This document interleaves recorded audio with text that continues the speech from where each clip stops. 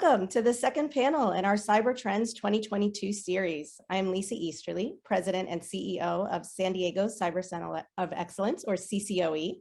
We are a San Diego-based nonprofit that mobilizes businesses, academia, and government to grow the regional cyber economy and create a more secure digital community for all. Cybersecurity is now everyone's business. The FBI reports a 300% increase in cyber crimes across all industries during the pandemic, with the average cost of a data breach climbing over $4 million. More than half of these costly attacks are aimed at small businesses and medium businesses, our region's economic engine. Now, pair that with the global shortage of cyber professionals to thwart these attacks to the tune of about 3.5 million globally and more than 60,000 openings here in California, and it becomes mission critical to address this workforce gap. The good news is San Diego is leading the way with more than 870 cyber firms and the US Navy's Naval Warfare Systems Command. This cluster now accounts for more than 24,000 jobs and has a total economic impact of 3.5 billion annually. That's equal to hosting 9 Super Bowls or 23 Comic-Cons. This collaborative ecosystem is developing new technology, defenses, and the cyber warriors to combat this ever-evolving threat landscape. So let's tap into this robust expertise with our esteemed panel today to talk about what San Diego businesses and workers need to know about the cybersecurity workforce and talent pipeline. It is my pleasure to welcome our panel. So Eric, why don't you kick us off with an introduction? Sure. Thanks, Lisa. And thanks for having me on the panel as well. Eric Basu, I am the CEO of a company called Haiku Cyber Range. I build Haiku specifically to give workers and potential cyber workers actual hands-on cybersecurity skills, connect them, and we do that using video games and gamified programs. We connect them to jobs and we actually give them a skills resume where they can demonstrate to the employers their actual practical hands-on skills. Prior to Haiku, I had ran a company called Centec Global, which was the largest small business in San Diego. We had a lot of cybersecurity work. I did that for 20 years. I sold that last year. And prior to that, I was an officer in the SEAL teams. Thanks, Lisa. Awesome. Thanks, Eric, for joining us. Rich, we'll turn it over to you. Hello, and thank you, Lisa. As mentioned, my name is Richard Porterlance. I am the Vice President for marketing at Journeys Map, and I'm excited to discuss cybersecurity pathways with you. Journeys Map is all about creating logical pathways for students and workers to go from where they are today to where they want to get to. And we use underlying data sets such as the NIST-NICE framework in order to help them get there. My professional journey began as a graphic designer and as a digital agency creative director, including projects in brand and web application development and digital marketing. Having earned recognition as a client strategist, my career evolved to leading agencies and client engagements, both domestically and internationally. Over the past 10 years, my career has evolved into business and go-to-market strategies for software companies, cybersecurity assessments, and implementation work. And as a founder of a company called Career Path, where we were focused on software to engage, prepare, and launch learners on career-specific pathways. That led me to Journeys Map. And today we're helping Journeys Map to develop their own go-to-market strategy and build a broader awareness around the need for industry-specific pathways. So thanks for the invitation. Great, thank you. And Miguel. Hi, Lisa. Good morning to the panel members as well. Pleasure to be here. Always a privilege to be here with these guys. And so thank you again. My name is Miguel Sampo. I'm based out of San Diego. I work for Risk Recon. We are a MasterCard company. Everybody always says, MasterCard, well, what is this, right? But so believe it or not, MasterCard is a technology company, and I work for the division of cyber and intelligence, everything about protecting and securing a digital transaction, our vendors, our issuers, our acquirers. I've been in cyber, I'm going to date myself now, 24 years, worked for several of the large security firms out there, but truly a practitioner at heart. I've built many security programs. I've helped organizations build some from the beginning and continue to enhance theirs. And what a great time to be in this field as well. So anyways, pleasure to be here and looking forward to the conversation today. Thank you. Great. Thanks, Miguel. And last but certainly not least, David. Thank you, Lisa. And nice to be part of this esteemed panel. I'm also San Diego local, not quite a native, but close. I've spent most of my career in higher education, but my passion has been enabling working adults to actualize the potential they have and gain economic mobility. And today, of course, technology is that tool for many people in order to make that next step forward. So I have served universities in the past at an executive level. I've also been in the private sector. I guess my expertise is partnering private and public sector organizations to enable both to achieve mission and advance. I joined Storm just recently, actually, just in March 21st is when I joined. I'm very excited to join them because I believe that their mission is spot on with what's needed today. I think it's the right time and the right product. And cybersecurity is certainly part of the training that we do, but we're trying to link the type of training that's in demand, that's needed, with people who also need to have that to advance in their careers. We want to do well, doing good. That's part of the mission of Skillstorm, and I'm delighted to be here and looking forward to hearing what my colleagues have to say today. Great. Well, that's perfect. We'll jump right in then. Even while the pandemic was creating daily headlines of economic strife and workforce reductions, the cybersecurity industry continues to grow leaps and bounds to protect our data, our technology, our critical infrastructure, and our national security. Miguel, can you speak to the increasingly critical role and evolution of the cybersecurity professional across industries? Absolutely, Lisa. So, I mean, I see this every day, right? So let's talk about the pandemic for just a minute and then we'll jump into it. So, you know, the days of working in the office and having to be in the office, I would say are not gone, but I think we recognize through the pandemic that working remote is definitely just as productive, and we can do a lot of these things remote, right? And so what we find is that from a remote perspective, the needs of cybersecurity and robust cyber programs are ever more present now than they've ever been before, right? From connecting and protecting that remote connection, we take a couple steps back, and even with what's going on in the landscape today, there's been over a dozen ransomware attacks, big ransomware attacks with big names that are being affected, right? These threat actors are not just targeting one particular vertical or one particular company. They're going after everybody. It doesn't matter, big, large, small. It doesn't. You're a target, right? And so the need to have folks or individuals or talent that understand the different vectors, the threat vectors, is becoming even more increasingly. And what we're finding is that truly there's a shortage of cyber professionals right now in the industry. I think there was a publication the other day that I was reading. It was on one of the security briefs, but the ratio is 5 to 1 on roles, that many job openings versus the number of professionals that are available for this. And that's incredible, right? I think back to when I went to school, excuse me, the days of having antivirus and just a firewall, those days don't exist anymore. Those are long gone.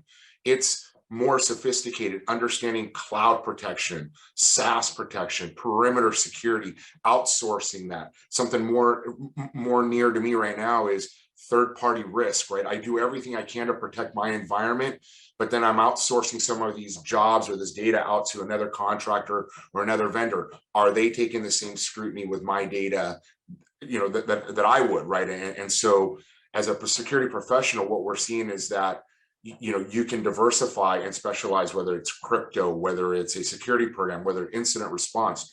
But at the end of the day, you're going to touch all these realms today, right? As a cyber professional. And as you look at some of these cybersecurity programs that are out there today, the cyber professional today is a lot more multifaceted than they were 10 years ago, 15 years ago, 20 years ago, right? Their scope of knowledge and tools and what they're doing has evolved. And so, you know, this has created jobs that are higher paying, more demand, and really involved, right? You're not just setting up antivirus anymore. I'm not picking on antivirus, but you're not just configuring an AV agent on a machine anymore, right? It's a lot more robust than that. So, and then as far as, you know, the industries, I'll tell you, a cyber degree or a cyber professional today can lend themselves really well. I mean, there's different specialties in fintech versus pharma or healthcare, but at the end of the day, you're still protecting data very similarly. There may be different compliance regulations and things that you'll pick up, but for the most part, you know, a professional in our industry can lend themselves really well across the full spectrum or the verticals that we see in the industry. I'll hand it over to my colleagues and see if they have any feedback as well. Awesome. Thank you so much, Miguel. I kind of got us started on the exciting track of job openings and real opportunities, but also where those challenges lie for the companies that are there now blocking and tackling. So, and you really kind of hit on, you know, according to CyberSeek, there are currently 600,000 cybersecurity job openings here in the United States. David, with Skillstorm working with employers across this nation in multiple industries, as Miguel mentioned, what are you seeing as the most in-demand roles and skill sets? Yeah, so we have kind of three verticals within our organization, and one of them, NextGen, which I'll speak to later as well. We basically go and talk to corporations, organizations, government agencies first, find out what their needs are, and then we hire and train specifically to meet those needs. So I think we might be uniquely qualified to answer that question. Lisa, you must be prescient having come up with that question. I did have a conversation with our lead trainer, who's in the front lines and real time, you know, gathering this type of information. So I'll share what I learned from him. He said most in demand right now are SOC analysts and IAM specialists, blue teamers with some red team skill. I think speaking to what Miguel said just a minute ago about how people need to kind of have a more well-rounded background today.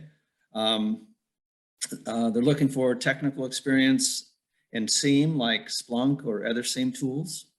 SOAR, EDR, areas like CrowdStrike and Tanium are in high demand, people with those skills. WAF, DLP, and then what we're seeing, just a tremendous amount of, I don't know if it's the most, but a tremendous amount of need in cloud security, not surprising, right? So people with skills in AWS, Azure, and Oracle. So that's the latest as of this morning. Well, thank you so much, David. You're very welcome. And I think number one, and something that we at CCOE hear a lot from employers is really kind of core to all cyber roles, is the ability to problem solve and the ability to multitask, and the ability to like to be you know, kind of on the receiving end of something new every day. So Eric, as the prior CEO of a defense contractor, now Haiku, a cool new tech startup, you know firsthand how difficult it can be to find qualified cybersecurity workers. How can employers evolve their job recs to cast a wider net, and what criteria should they be focused on? I mean, that's a great question, Lisa. I actually developed Haiku because of the difficulty I had hiring cybersecurity people when I ran Centec. You know, we would have people that came in and one lady, for example, she had a master's degree in IT and CISSP, but we needed her to do actual hands-on skills. And when we put her in front of a computer for a practical test, she, you know, really didn't know how to do it. Through no fault of her own, she was doing the things she thought she needed to do in order to get a job. But from the employer demand cycle, I just needed somebody that could do the work. Master's degree was great, but I didn't need that. Another thing I found out on a lot of our government contracts, because the government does tend to be a little bit behind the commercial sector, they would still require a CISSP for jobs that had nothing to do with the CISSP. But this is somebody who wrote up the contract. The only degree certification they had heard about was CISSP, so they made a requirement to be a CISSP. So we ended up trying to find a lot of people with other qualifications that had nothing to do with the actual job. From an employer's perspective, I think what people need to be looking at is you need to get beyond that. I mean, in the government, they're limited by the government. I mean, you have requirements and you have to do them. But if you're an employer or you're in a position to make hiring demands, you really need to look for people. It sounds trite and obvious, but who can just do the job. Be less focused for cybersecurity on the actual degrees. I think degrees, for some things, they're very important. If you're building algorithms, then maybe you do need a degree in mathematics for that, although I know people who can do it without that. If you're looking for somebody for a management role, then certainly you want some of the skills that would come with a bachelor's degree and even potentially an MBA. But a lot of the cybersecurity work that we hire for, and a lot of the things that, David was just responding to, these are hands-on skills. These are journeyman, apprentice journeyman type of skills that I couldn't care less. We just hired a fantastic cybersecurity guy. Didn't have a degree. I specifically did not look for a degree because I wanted to filter for the skills that I needed. So my advice to employers is certainly look for the hands-on skills, the examples of the experience of people doing those skills, and the certifications are good, but they're not the end all be all either. And again, for me, at least for me personally, degrees are secondary compared to the first things that I mentioned. Great, thank you, Eric. And I think, we've kind of talked as a group that the rise in remote working, increased talent mobility, and these cyber salaries can be challenging for the small to medium-sized businesses that drive our regional economy.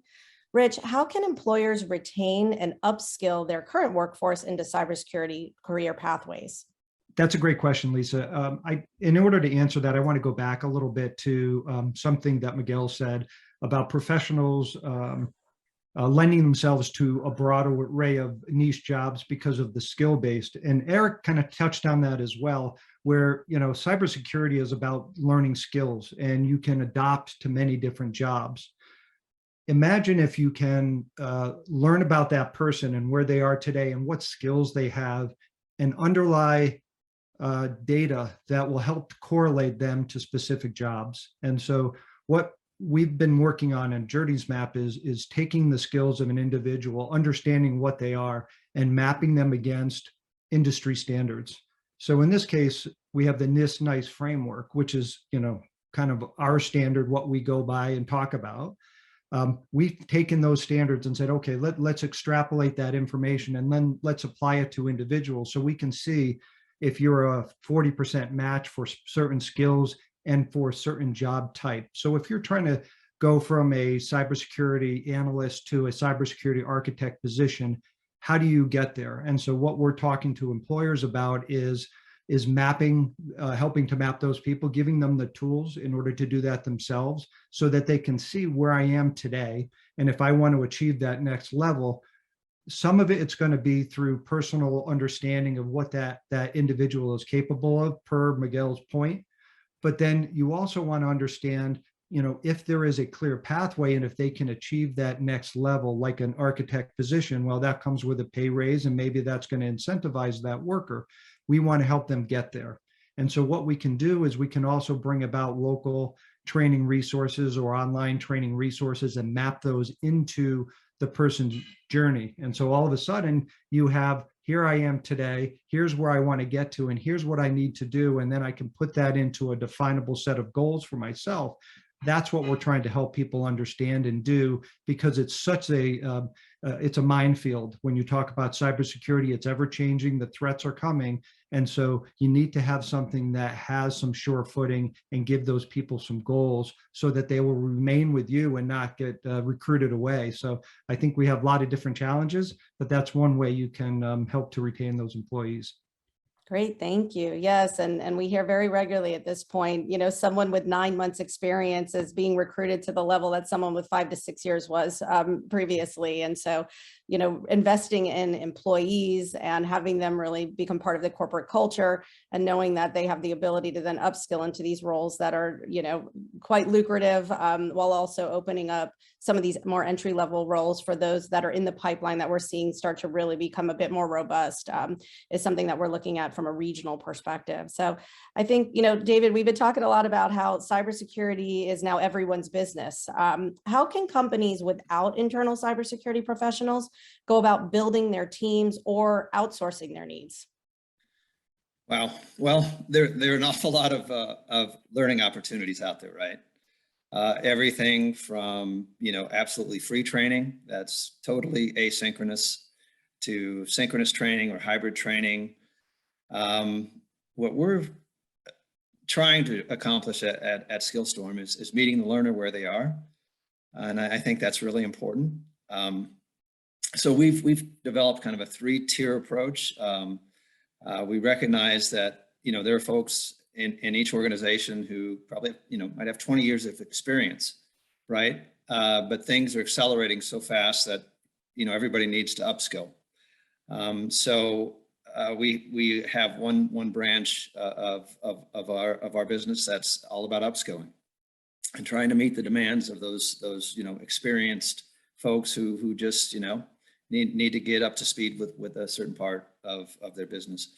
Then there's always kind of the mid-tier folks who might have a bachelor's degree in an area of tech at CIS. And I think Eric eloquently stated what we're hearing as well, and folks with degrees, we do assessments for both soft skills as well as technical skills upon hiring folks. And oftentimes the bachelor's degree does enhance the soft skills, certainly, and the overall, ability for someone to step in and perform. But it's not necessary in every case either. But we do have a division called Next Gen, where we only hire college graduates for that division. And we basically do an assessment of where they are. We don't want them to come in and fail. And then we hire them, we pay them while we're training them, and then deploy. So it's really the hire, train, deploy model. So that's a lot of corporations and government agencies are looking to us for that type of employee. So obviously we're an outsource for agencies and corporations. So there's kind of that mid-tier, and then there's the folks who want to dip their toe in the pool and say, is tech something that I could do? Could I be good at? And they come in basically with no background. And so one of the things we've done is partnered with universities, and we offer a dozen what we call pathway courses that are absolutely free. And coding, intro to coding is as you can imagine, the most popular one. But it gives people a chance to, without any financial and/or time commitment, or not much. These are 2-week-long courses, roughly 5 hours a week, online. They can see if it's for them. And if it is, then there are certification courses, and we're proud to say that just a couple weeks ago, Salesforce recognized us as an authorized training partner, as well as Pega and AWS. So we do have that as well for folks who really want to specialize in those areas. But getting back to your overall question, Lisa, if corporations and agencies can upskill themselves, great. Not many have the ability or pencil it out and go, this makes sense for us. So there's an awful lot of outsourcing that is going on, and companies like Skillstorm are trying to meet that need as best we can by trying to figure out how we can meet people where they are and help advance them with these types of skills to have more economic mobility. So I hope that answered your question. Mm-hmm. Thank you very much. Well, Hey, Lisa, I'd like to add to that a little bit for a second. Please, Miguel. So I certainly on a daily basis see organizations outsourcing and retaining or hiring other firms for their security needs, but I yet to come across, unless they're a very small organization, 10 employees or less, that don't have someone, excuse me, that's dedicated to their security program or their security team. And so some of the best programs I've seen are a combination of both, right? They'll have an in-house person and they'll bring in a couple different skill sets at different levels, right? Some more senior than others, do a lot of cross training internally and do a lot of that cross pollination, and then outsource some of the other more sophisticated systems like a SOC. Maybe not every organization can build their own SOC. So it makes sense to hire somebody with a security operations center that can monitor that SOC 24/7 for them, et cetera, and look at events. So I think the best programs to look at are some that have a combination of both. And for new cybersecurity professionals getting in the industry, that's something they may want to think about, right? As I'm looking at an organization, do I want to work for an outsourcer, or do I want to work for the individual organization and see what kind of training and cross-pollination I'm going to get within the organization? So a couple different routes to market there, but at the end of the day, we always go back to a couple of things. Without a security program, what's the cost, the potential cost, right, from a risk mitigation? You mentioned earlier in the conversation, the average cost of a breach right now is $4 million. We got to do some math, got to weigh and see at what point what makes sense. Sometimes cutting a corner here will bite you over here, right? We see it all the time. And so just to augment what David was saying, some of the best programs that we're seeing are a combination of both an outsourcing and somebody wanting to build something internally as well. Awesome. Thank you, Miguel. Well, actually, we're seeing homogeny is the bad actor's best friend also, and only about a quarter of the current cybersecurity workforce includes women, minorities, and neurodiversity. So kind of building on that thought, how can diversifying the cyber workforce help employers bridge that talent gap and also help against the fight against bad actors? Absolutely. Women in technology, right? There's several groups around that today. Women-owned security firms, IT firms, excuse me. So we're seeing more and more of that. But I'll take that diversity, I guess, topic one step further. So when I think of diversity, it's not just gender-based, right? And it's about vertical-based, it's about geo-based. And what I mean by that is I'm seeing organizations that will cross-pollinate, just like I was mentioning earlier. They may be a pharmaceutical company, but they'll hire somebody out of fintech to bring fintech ideas into this pharma world. And they don't have to be based in San Diego, because with the remote workforce, you can have somebody that's seeing different types of cyber threats in Europe, Eastern Europe, in London. I mean, I see a lot of organizations hiring out of London today as well. And so when I think of diversity, I don't just think about it from a gender perspective. I think about it from a verticalization perspective. I also look at the diversity from a geographic and geo-based kind of centric kind of mindset. With the advent of being able to work remote and doing a lot of what we do from a remote perspective, unless you're actually in the physical data center and have to be there, this gives us a lot of flexibility. And so, I'm not going to make a soundbite for my organization, but I'll tell you that diversity is one of the things we absolutely look at. We absolutely think about, and not just from a gender perspective, but across the board, culture, everything, right? And bringing a mix of different talents together. That's the way that we get best of breed, right, across the board. And that's going to bring us different skill sets, different geography skill sets and experience and what they're seeing.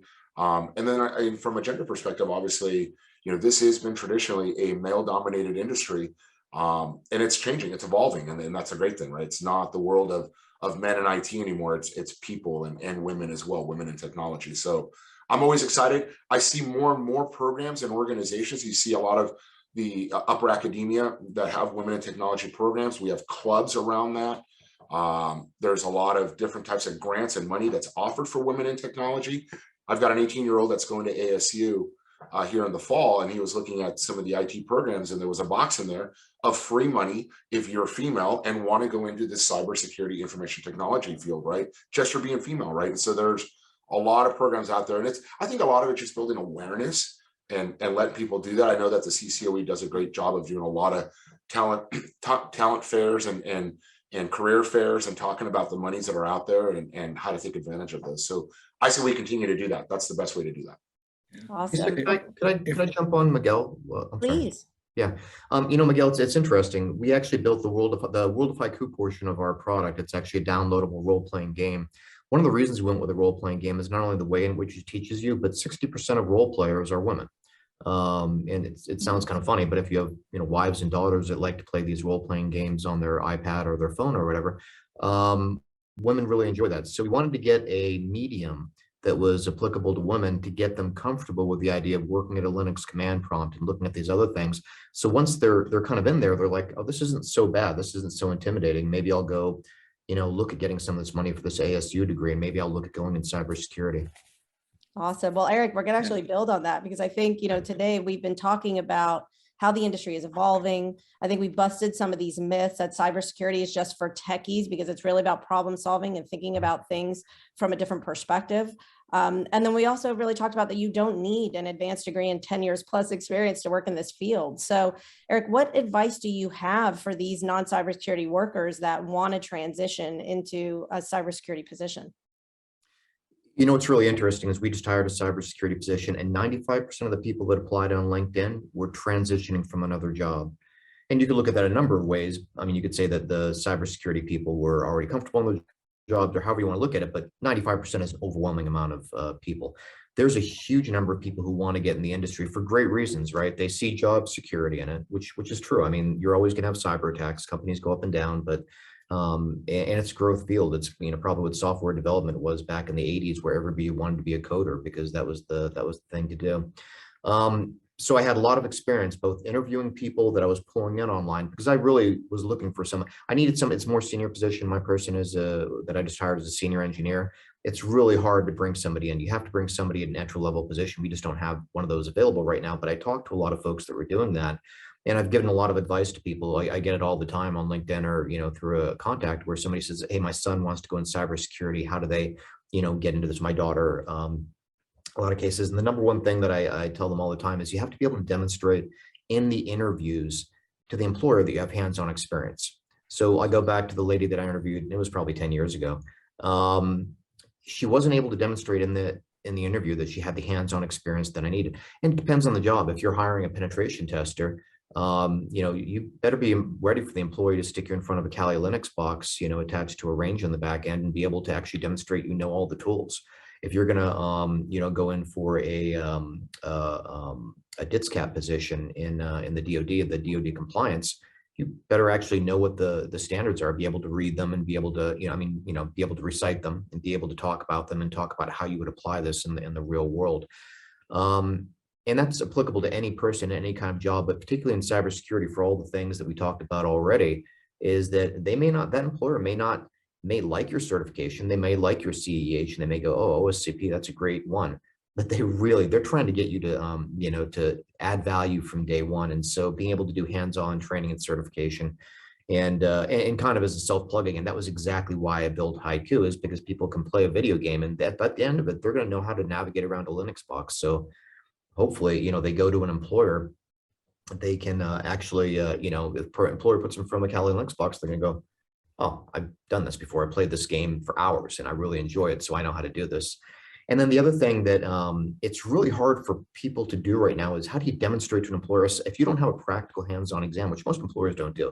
It's expensive and hard, and it takes a lot of time. And a lot of the time your HR department and a large department doesn't have the skills to be able to administer those. Is, how do I demonstrate? And so that's another thing that we found as a demand signal, is we offer the players in the game, in our products, the ability to demonstrate a skills resume they can actually hand to an employer. That it's not, the badges are great, the certifications are great, but it'll tell you how many hours did this person spend on Metasploit, how many hours did this person spend on Nmap, and more importantly, here's an independent assessment. Are they an apprentice, a journeyman? Are they a master? Or are they a, you know, ninja at this particular skill? And I did that from the employer's perspective, and I'm like, man, that would have made my hiring so much easier if I could do that. So, so that's my advice to candidates, is find a way to be able to demonstrate that hands-on experience, and even practice with your friends and mentors and coworkers. Say, hey, can you give me a technical, a tough technical challenge that I would do, because I want to be able to do this in a job interview. And if you do that, then you're gonna, you know, as a candidate, you're gonna be, you know, 10 legs up on your competition. Awesome. Thank you, Eric. I think that kind of leads really nicely, you know, for our audience that is ready to join this fight, you know, from transitioning service members to students to seasoned professionals with sights on the next level. Rich, how would they go about getting started? So one great way to get started is right on the CCOE website, utilizing the Career Map Assessment Program that's located at cdccoe.org/career-map. There a user can complete the interest survey, skill assessment, and begin a career exploration. I do want to go back, David, you mentioned in your intro about public-private partnerships. And I want to echo that sentiment and provide an example of how that can work, because I think it's super important for not only young students, but also dislocated workers or those looking for jobs. For Journeys Map, partnering with companies like Skillstorm in our public-private partnerships is really critical to building an architecture for a robust career pathway. And what we did in Connecticut, and that happens to be where I'm from, I'm not a West Coast guy, we created a program called CyberPath, and that is working with the local workforce board, local high schools, local regional community colleges, and the local employers. And what we're trying to do is bring all those parties together so that we have a program that articulates what needs to get done from a student or dislocated worker perspective from the point they are today to where they want to go in the future. And that could take a year or two, or it could take 3 years. And keeping track of those goals during that time is very, very difficult. And so what we want to do is provide the steps, the underlying architecture. So if we have the employers and they're articulating what the skills are, and I think Eric mentioned, building out not only the skills, and sometimes they're applicable across multiple job types. If the student knows what skills they have and then which ones they're missing, they can start to build towards those goals over time. And those public-private partnerships are so critical. So CCOE here is putting this together. And on the West Coast, I know you have partnerships, Lisa, and you're bringing different parties together in order to foster those relationships. And I'm going to just express how critical that is for these students and these dislocated workers. You've got a huge cyber community in San Diego. It's amazing industry, and letting the students know what opportunities are there and then giving them those pathways is, I think, going to be the key to the future. And so we want to help to foster that, bring all those parties together and make those pathways happen. Because we want to signpost those skills and traits, make sure that they know what's available and how they can get there.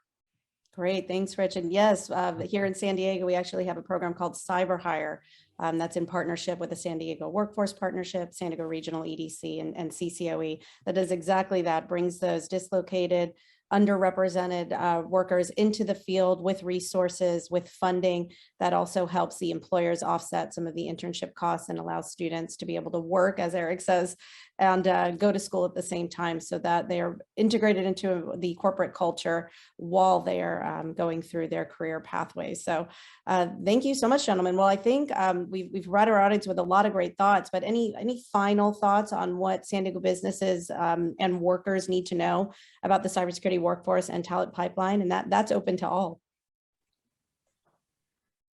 Well, I'll jump in real quick and just say, there's plenty of opportunity in cyber. And I think the other gentleman mentioned that it's not a career that's going to go away anytime soon, like development was 20 years ago. We have over 500,000 jobs in the US and 3 million internationally. It's a wonderful career opportunity. There's lots of expansion out there that you can utilize a broad array of skills, and there's no stopping career promotion for those who are incentivized and energized by opportunity. This is a great field, so I would highly encourage anybody out there who's looking for a career change or to get into a career to look at cyber. If I could just jump in and add to that, back with the DEI question, over half of the people we employ actually are from underrepresented populations. And the reason, really, the biggest reason is because we hire an awful lot of military. And so if you're looking to fulfill some of those mandates or goals, please look to your veterans. And we're very, very, very proud to and Eric, I know you have that background, so thank you for your service as well. And Yes, thank you, Eric. Eric, I would echo the same thing, Lisa. There's 600,000 jobs in the US right now in the cyber field. Don't just be focused on the ones that see, look across the board. Truly, military brings great experience, when they've got that on their resumes as well. But put the experiences you've used, those internships to work across the board, and leverage that experience to potential, employers that you're looking at, and continue to look. One thing that I'll share and that I tell young people is, if you don't look, you're not going to get it, right? You got to put some work into it. And if you put the work into it, it will be rewarding. But I think one of the challenges we have, and I'm going to say something about our young generation, is that there's a little bit of a sense of entitlement. They want to give it to them, and it's not that easy, right? You got to go out, you got to go out and look for it. You got to go out and want it. You got to want to get it. It's not just going to come tap you on the shoulder. Here you go, right? And so as long as we continue to teach them this and continue to put it out there, I think it's going to continue to boom. But the whole cyber landscape, it's not getting safer. it's getting bad, right? And so we're in a good spot, right? This is, we're only at 50% saturation in cybersecurity or in the cyber market. So there's a lot of growth opportunity still that's coming. The only thing I could add to that is that, and you've heard me say this before, Lisa, is that for people going into cybersecurity to think it has to be a technical job, it doesn't have to be a technical job. If you want to go into cybersecurity sales, the skill set there is completely different.